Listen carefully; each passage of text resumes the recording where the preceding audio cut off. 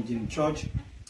We are so grateful and pleased for your remembering us once again since in the month of February and this month as well.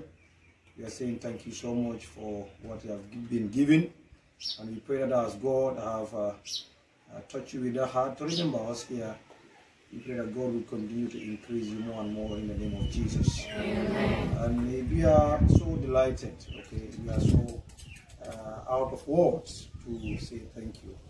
We pray whatsoever you are doing, in anything that you ventured in, and also to the church in Conjin Church, we are saying thank you so much. Kamsamida, may God continue to increase the ministry and you yourself. In Jesus' name we pray. Amen.